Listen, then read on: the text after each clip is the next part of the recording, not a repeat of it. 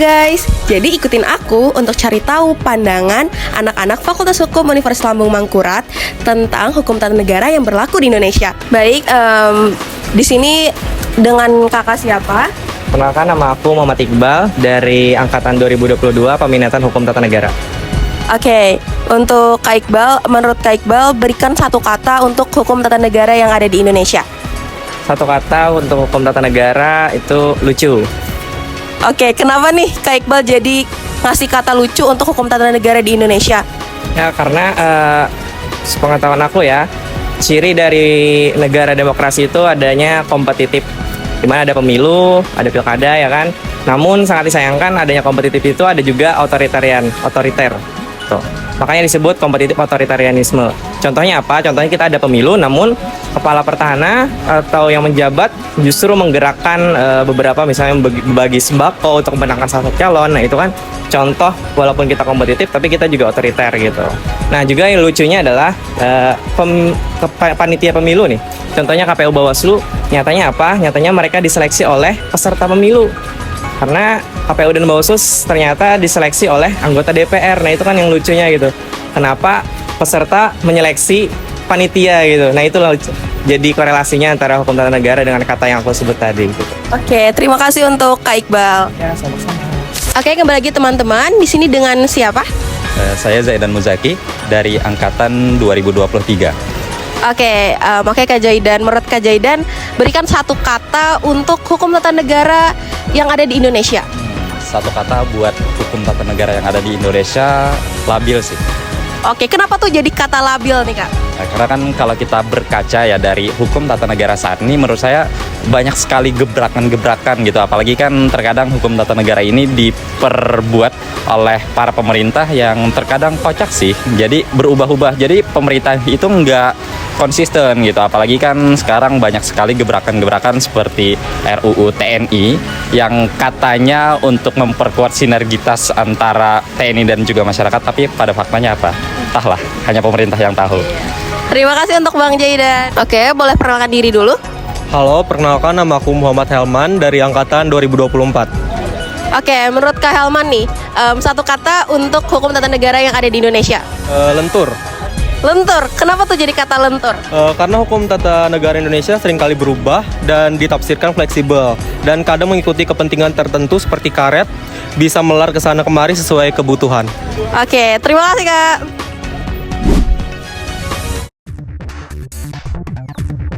Pertama, saya akan menjelaskan ruang lingkup kajian hukum tata negara, yaitu ada konstitusi sebagai hukum dasar beserta berbagai aspek perkembangannya. Kedua, pola-pola dasar ketatanegaraan yang dianut dan dijadikan acuan bagi pengorganisasian institusi.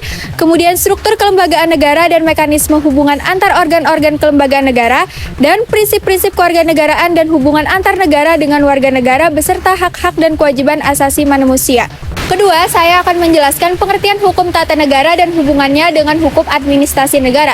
Menurut Profesor Jimli Asidiki, hukum tata negara adalah cabang ilmu hukum yang mempelajari prinsip dan norma hukum yang tertuang secara tertulis atau yang hidup dalam kenyataan praktek kenegaraan berkenaan dengan ruang lingkup kajian hukum tata negara. Kemudian, hubungan hukum tata negara dengan hukum administrasi negara diibaratkan sebagai burung dan sayapnya.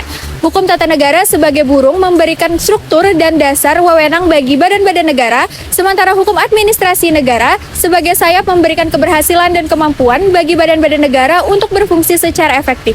Tanpa hukum tata negara, badan-badan negara akan lumpuh karena kehilangan dasar wewenangnya. Sebaliknya, jika tidak ada hukum administrasi negara, badan-badan negara menjadi lebih lepas dan kurang terikat oleh aturan yang mengatur tugas-tugas pemerintahan. Ketiga, saya akan menjelaskan terkait hubungan hukum tata negara dengan ilmu negara dan ilmu politik. Hubungan hukum tata negara dengan ilmu negara adalah ilmu negara menyediakan landasan teoritis bagi hukum tata negara yang kemudian menjadi implementasi dari konsep-konsep yang ada dalam ilmu negara. Sedangkan hubungan hukum tata negara dengan ilmu politik adalah untuk memahami konteks politik yang mempengaruhi pembentukan undang-undang. Sebagai ilustrasi, dalam proses pembentukan undang-undang, pengetahuan tentang dinamika politik, kepentingan politik, dan proses pembentukan keputusan politik sangat penting bagi para pembuat undang-undang untuk merancang undang-undang yang lebih efektif dengan sesuai dengan kebutuhan masyarakat.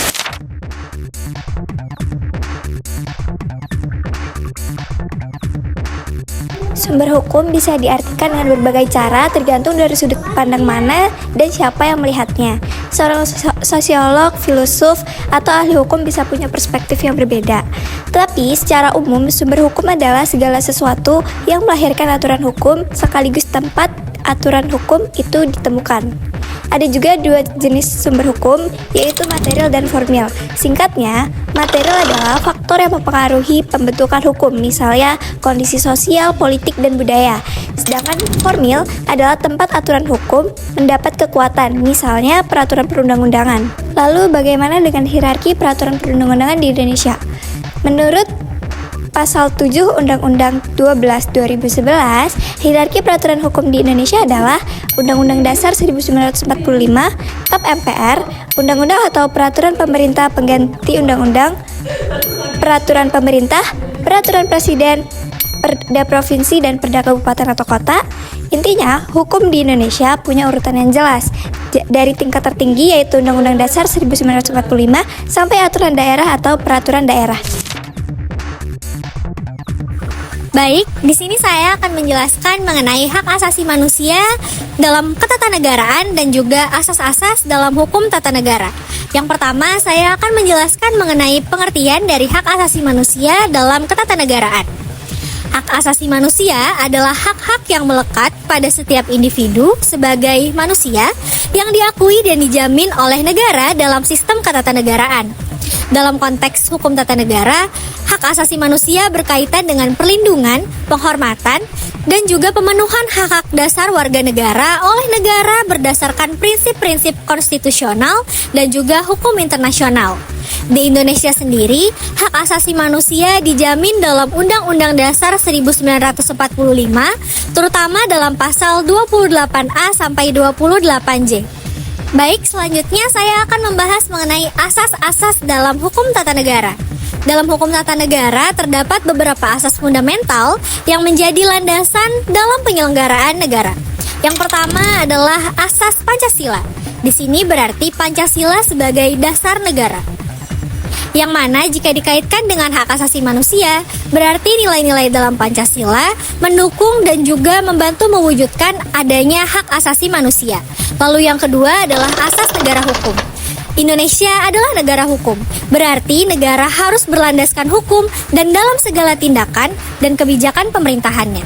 Di sini jika dikaitkan dengan hak asasi manusia, berarti pemerintahan tidak boleh membuat kebijakan tanpa memperhatikan hak-hak warga negaranya. Yang ketiga, asas kedaulatan rakyat. Asas ini menekankan bahwa kekuasaan tertinggi berada di tangan rakyat dan berarti kebebasan berpendapat dan juga partisipasi rakyat dalam pemerintahan melalui demokrasi haruslah dijamin. Lalu yang keempat adalah asas negara kesatuan. Asas ini menyatakan bahwa Indonesia adalah negara kesatuan yang tidak dapat dipisahkan. Dan asas ini menjamin adanya kesetaraan bagi semua warga negara tanpa memandang daerah asal, suku, adat, maupun ras. Yang kelima adalah asas pembagian kekuasaan. Asas ini merujuk pada konsep trias politika yang mana membagi kekuasaan menjadi 3 bagian, yaitu eksekutif, legislatif, dan juga yudikatif. Asas ini bertujuan untuk mencegah terjadinya penyalahgunaan kekuasaan. Selanjutnya, saya akan membahas mengenai dimensi dari asas hukum tata negara.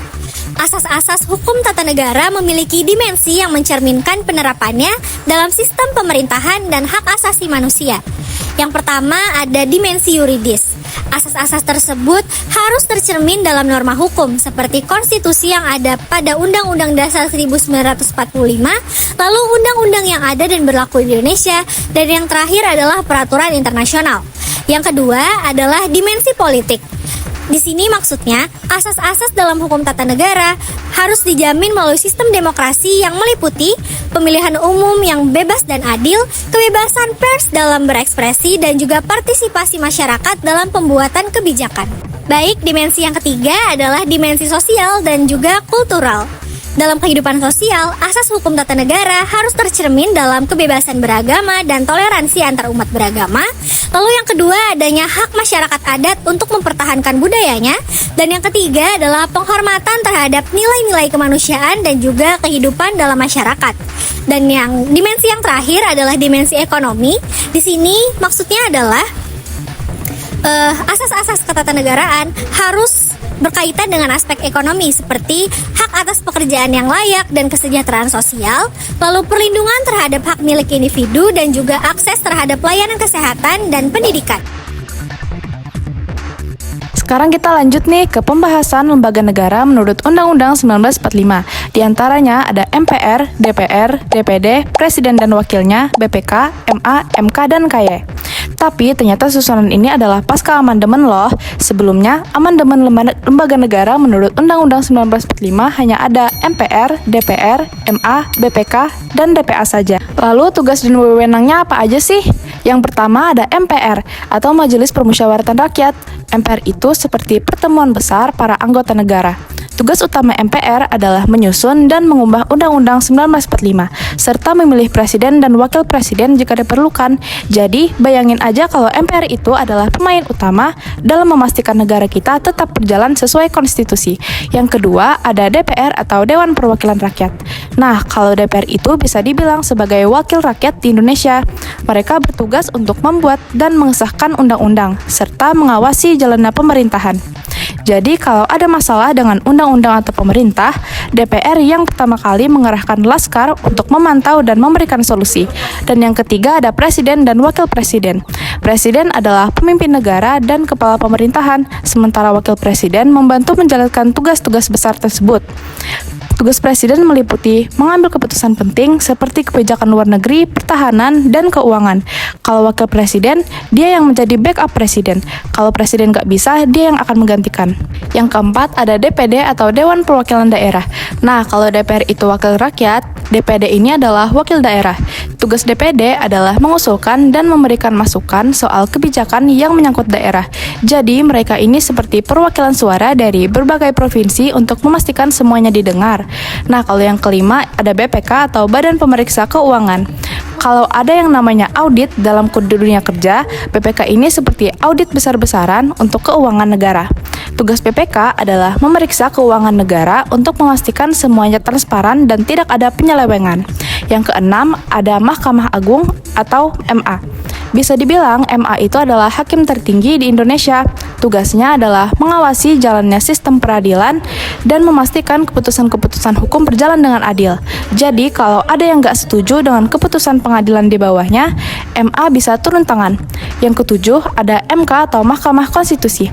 Nah, MK ini lebih spesial lagi. Mereka itu ahli dalam mengawal Undang-Undang 1945. Jika ada yang merasa undang-undang atau kebijakan pemerintah yang bertentangan dengan Undang-Undang Dasar, maka MK akan memutuskan. Jadi, kalau ada yang curiga dengan kebijakan yang ada, MK adalah tempat untuk mencari keadilan. Yang terakhir ada KY atau Komisi Yudisial. Nah, KY ini tugasnya adalah memastikan para hakim bekerja dengan jujur dan adil. Mereka mengawasi agar para hakim tidak terlibat dengan korupsi atau salah dalam menjatuhkan keputusan.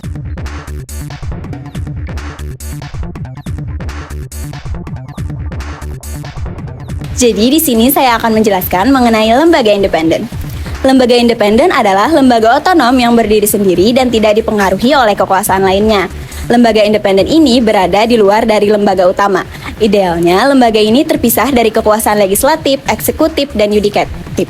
Lembaga independen berperan sebagai pengawas kinerja pemerintah untuk mengurangi penyalahgunaan kekuasaan.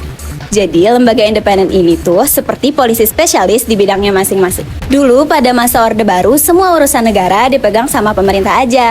Tapi lama-lama makin banyak masalah ketatanegaraan yang butuh perhatian khusus, kayak keuangan, korupsi, pemilu, dan lain-lain. Nah, biar urusan ini lebih adil dan gak diintervensi pemerintah, lembaga independen mulai mendapat tempat dan Undang-Undang Dasar 1945 hasil amandemen memberi pengakuan atas lembaga independen. Dan sampai sekarang, lembaga independen terus beradaptasi dengan perkembangan zaman. Selanjutnya, macam-macam tugas dan kewenangan lembaga independen.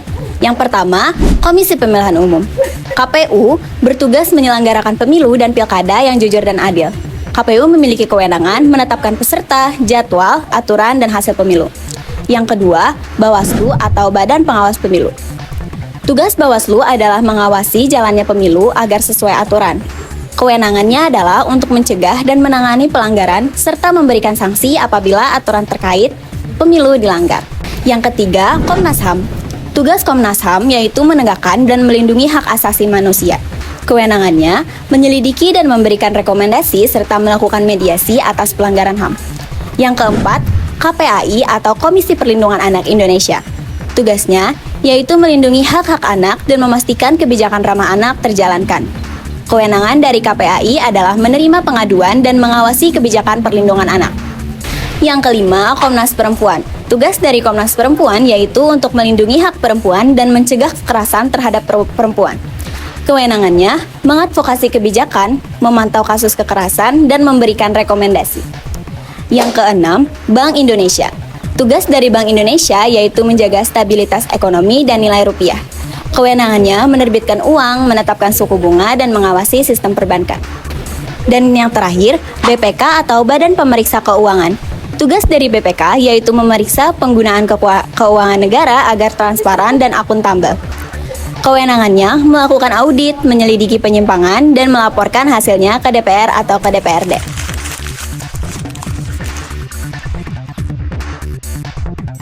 Selanjutnya menjelaskan tentang Dekmokrasi Indonesia. Sebelum itu, Dekmokrasi menurut Kamus Besar Bahasa Indonesia adalah sistem pemerintahan di mana seluruh rakyat terlibat dalam pengambilan keputusan melalui perwakilan mereka yang dikenal sebagai pemerintahan rakyat. Sedangkan secara etimologi, kata Dekmokrasi berasal dari bahasa Yunani kuno, yaitu demos yang memiliki arti sebagai rakyat dan kratos berarti pemerintahan atau kekuasaan yang mutlak. Adapun menurut Abraham Lincoln, mendefinisikan Dekmokrasi sebagai pemerintahan rakyat, oleh rakyat, dan untuk rakyat. Dengan demikian, Dekmokrasi bukan hanya sekedar sistem pemerintahan, tetapi juga sebuah pengakuan terhadap hak-hak individu, serta pentingnya partisipasi aktif dalam proses politik. Tujuan utamanya adalah menciptakan pemerintah yang adil, transparan, dan responsif terhadap kebutuhan masyarakat. Dalam Dekmokrasi, setiap individu memiliki hak untuk berperan dalam pengambilan keputusan yang mempengaruhi kehidupan mereka, memastikan bahwa suara rakyat didengar dan dihargai. Adapun sistem praktis Dekmokrasi di Indonesia. Sistem Dekmokrasi di Indonesia bekerja melalui pemilu yang dilaksanakan dengan asas luber jurdil, di mana rakyat memilih wakil mereka untuk membuat kebijakan. Pemerintah di Indonesia berbasis pada sistem perwakilan, dengan banyak partai politik yang mewakili beragam kepentingan masyarakat. Presiden dipilih langsung oleh rakyat dan memegang kekuasaan sebagai kepala negara dan kepala pemerintahan. Dekmokrasi di Indonesia juga menjamin kebebasan berpendapat, hak asasi manusia, dan sistem lembaga yang independen. Meskipun masih ada tantangan seperti politik uang dan korupsi, prinsip dasar Dekmokrasi tetap dijaga untuk menciptakan pemerintah yang transparan dan tanggung jawab. Selanjutnya, sistem dan pelaksanaan pemilu di Indonesia. Sistem pemilu di Indonesia berdasarkan Undang-Undang Nomor 7 Tahun 2017 dilaksanakan dengan asas luber jurdil, langsung, umum, bebas, rahasia, jujur, dan adil. Pemilu mencakup pemilihan legislatif, DPR, DPD, dan DPRD, dan presiden dengan rakyat memilih wakil melalui sistem perwakilan. Pemilu legislatif menggunakan sistem proporsional terbuka, sedangkan pemilu presiden dilakukan secara langsung. KPU menyelenggarakan pemilu, termasuk pendaftaran, kampanye, pemungutan suara, dan pengumuman hasil. Sementara Bawaslu mengawasi agar pemilu berjalan sesuai ketentuan. Keduanya bekerja sama untuk memastikan pemilu yang adil dan transparan. Terakhir, saya akan menjelaskan mengenai asas-asas pemerintahan daerah. Dalam sistem pemerintahan, terdapat konsep otonomi daerah yang berperan penting dalam menjaga keseimbangan antara kewenangan pemerintah pusat dan daerah. Otonomi daerah memberikan hak, kewajiban, dan wewenang bagi setiap daerah untuk mengelola urusan pemerintahannya sesuai dengan karakteristik dan kepentingan masyarakat setempat. Ketentuan ini diatur dalam pasal 1, angka 6 Undang-Undang Nomor 23 Tahun 2014, Junto Undang-Undang Nomor 1 Tahun 2022.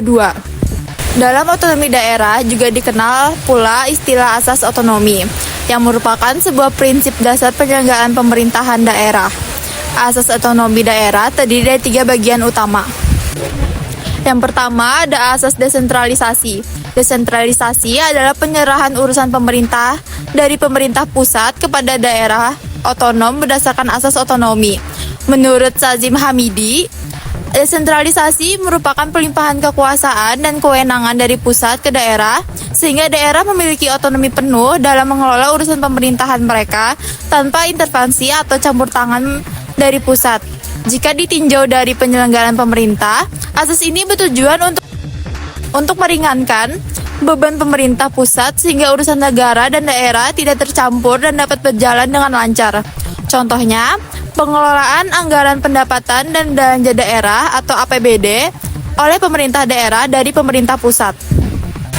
Yang kedua ada asas dekonsentrasi. Dekonsentrasi merupakan pelimpahan sebagian urusan pemerintahan pusat kepada gubernur sebagai wakil pemerintah pusat kepada instansi vertikal di wilayah tertentu. For your information, instansi vertikal yang ini merupakan sebuah lembaga yang berada di bawah kementerian dan menjadi tanggung jawab pemerintah pusat secara langsung, seperti Kantor Wilayah Kementerian Hukum dan HAM, Direktorat Jenderal Pajak, Badan Pusat Statistik, serta polisi dan TNI. Singkatnya, asas dekonsentrasi hanya memberi wewenang kepada daerah untuk menjalankan kebijakan dan peraturan pemerintah pusat, tanpa memiliki kewenangan untuk membuat peraturan sendiri. Contohnya, lembaga pemerintah pusat menugaskan instansi vertikal di daerah, seperti Kantor Wilayah Kementerian Hukum dan HAM atau Direktorat Jenderal Pajak untuk melaksanakan program nasional sesuai dengan kebijakan pusat. Terakhir ada asas tugas pembantuan. Asas ini adalah penugasan dari pemerintah pusat kepada daerah untuk melaksanakan sebagian urusan pemerintahan yang menjadi kewenangan pemerintah pusat atau dari pemerintah kabupaten atau kota untuk melaksanakan kewenangan daerah provinsi. Meskipun termasuk dalam desentralisasi, tugas pembantuan memiliki tingkat kebebasan yang lebih terbatas. Jika desentralisasi memberikan kebebasan dalam menentukan asas dan cara menjalankan pemerintahan, maka dalam tugas pembantuan, daerah hanya diberi kewenangan dalam menjalankan tugas yang telah diberikan oleh pemerintah pusat. Contohnya, pemberian dana bantuan operasional keseharian atau BOK oleh pemerintah pusat kepada pemerintah daerah. Dengan memahami 3 asas utama otonomi daerah, kita dapat melihat bagaimana sistem pemerintahan dapat berjalan dengan lebih efisien, memastikan pemerataan pembangunan, serta meningkatkan kesejahteraan masyarakat di seluruh wilayah Indonesia.